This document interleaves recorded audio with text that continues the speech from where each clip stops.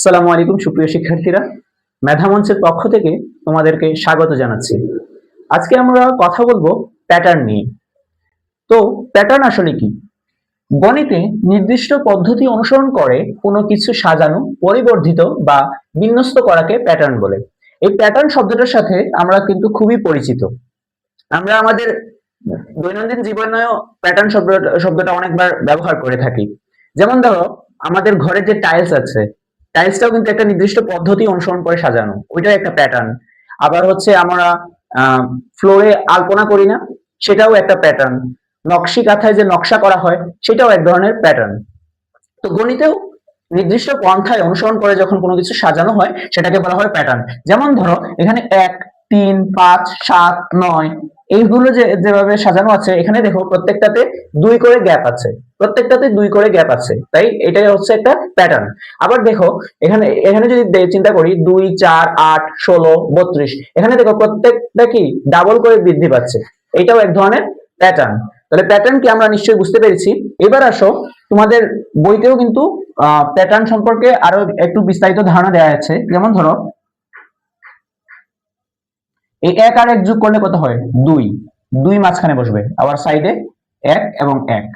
আবার 2 আর 1 যোগ করলে কত হয়? 3, আবার 2 আর 1 যোগ করলে 3, এখানে 1 এবং 1। এই প্যাটার্নের মূল বৈশিষ্ট্য হচ্ছে এখানে দুই দিকে 1 থাকবে, ঠিক আছে, আর এবং প্রত্যেক দুইটা সংখ্যা যোগ হয়ে তাদের ঠিক মাঝখানে বসবে। যেমন 3 আর 1 যোগ করলে 4, আর 3 আর 3 যোগ করলে 6, আবার 3 আর 1 যোগ করলে 4, এরপরে 1 1, ঠিক আছে।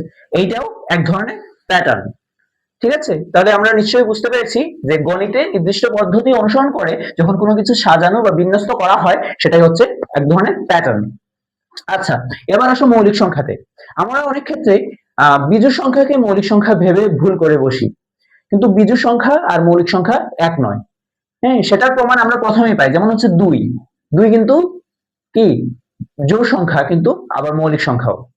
তাহলে মৌলিক সংখ্যা কাকে বলে তোমরা নোট ডাউন করে নাও। যখন কোনো সংখ্যাকে এক এবং ওই সংখ্যা ছাড়া, আমি আবার বলছি, যখন কোনো সংখ্যাকে এক এবং ওই সংখ্যা ছাড়া আর কোনো সংখ্যা দ্বারা ভাগ করলে সেটা নিঃশেষে বিভাজ্য হয় না, তখন তাকে কি বলা হয়? মৌলিক সংখ্যা। বোঝা গেল? অর্থাৎ ওই এক এবং ওই সংখ্যা ছাড়া আর কোনো সংখ্যা দিয়ে ভাগ করলে সেখানে নিঃশেষে বিভাজ্য হবে না, মানে হচ্ছে ভাগশেষ শূন্য হবে না। সেই মৌলিক সংখ্যা বের করার ক্ষেত্রে আমাদের একটা নির্দিষ্ট পদ্ধতি অনুসরণ করতে হয়, সেটা হচ্ছে ইরাটোস্থিনিস ছাঁকনি। নামটা ভালো করে খেয়াল করো, ইরাটোস্থিনিস ছাঁকনি। সেই ছাঁকনি ব্যবহার করে আজকে আমরা 1 থেকে 50 পর্যন্ত মৌলিক সংখ্যা খুঁজে বের করব। তো ছাঁকনির ক্ষেত্রে একটা নির্দিষ্ট পদ্ধতি আছে। যেমন হলো, আমরা তো প্রথম 1 থেকে 10 পর্যন্ত মৌলিক সংখ্যা কি সেগুলো আমরা ইজিলি বের করতে পারি, তাই না? তো এইটা ব্যবহার করে আমরা হচ্ছে বাকি 50 পর্যন্ত মৌলিক সংখ্যা বের করব। দেখো, প্রথম শর্ত হচ্ছে 2 এর গুণিতক ব্যতীত, 2 ব্যতীত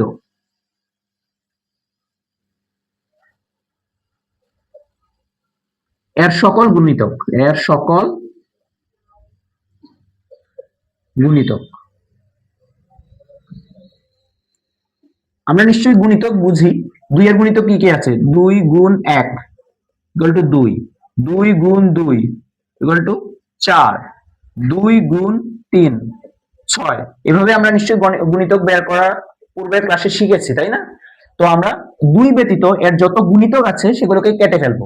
দেখো, 2 ছাড়া 2 এর গুণিতক কি আছে? 2 দুগুণে 4, 2 তিনে 6, 2 চারে 8, 2 পাঁচে 10, 2 ছয় 12, 14, 16, 18, 20, 22, 24, 26, 28, 30, 32, 34, তারপরে কত আসে? 36, 38, 40, 42, 44, 46, 48, 50। দেখেছো? এরপর আবার আসো 3, 3, 5 এবং 7, এগুলো মৌলিক সংখ্যা, তাই না? এগুলো ব্যতীত এর সকল গুণিতক, এর সকল গুণিতক।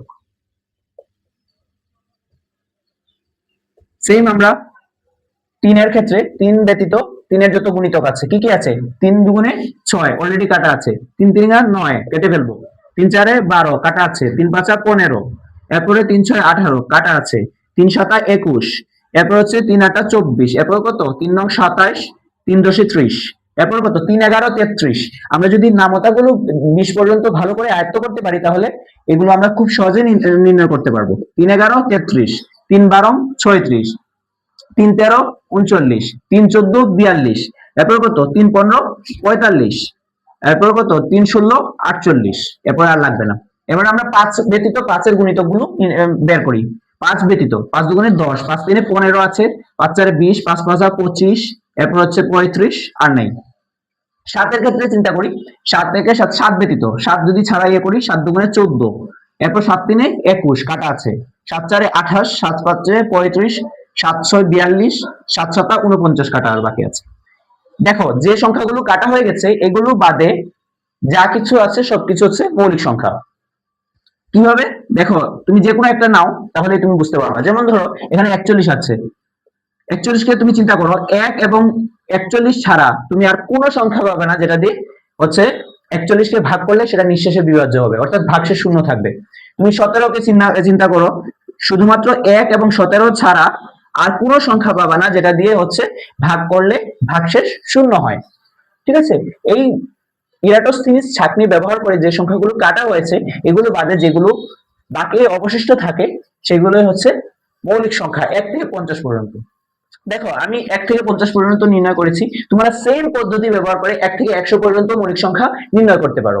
ঠিক আছে, শুধু কি মাথায় রাখবা, 2 3 5 7 এই সংখ্যাগুলো আমরা সাথে রাখবো, আর এগুলো বাদে এগুলোর যেগুলো গুণিতক আছে সেগুলোকে আমরা কেটে ফেলবো, তাহলে আমাদের ইরাটোস্থিনিস ছাঁকনি ব্যবহার করে মৌলিক সংখ্যা নির্ণয় করা হয়ে যাবে। তো সুপ্রিয় শিক্ষার্থীরা, আজকে এই পর্যন্তই ছিল।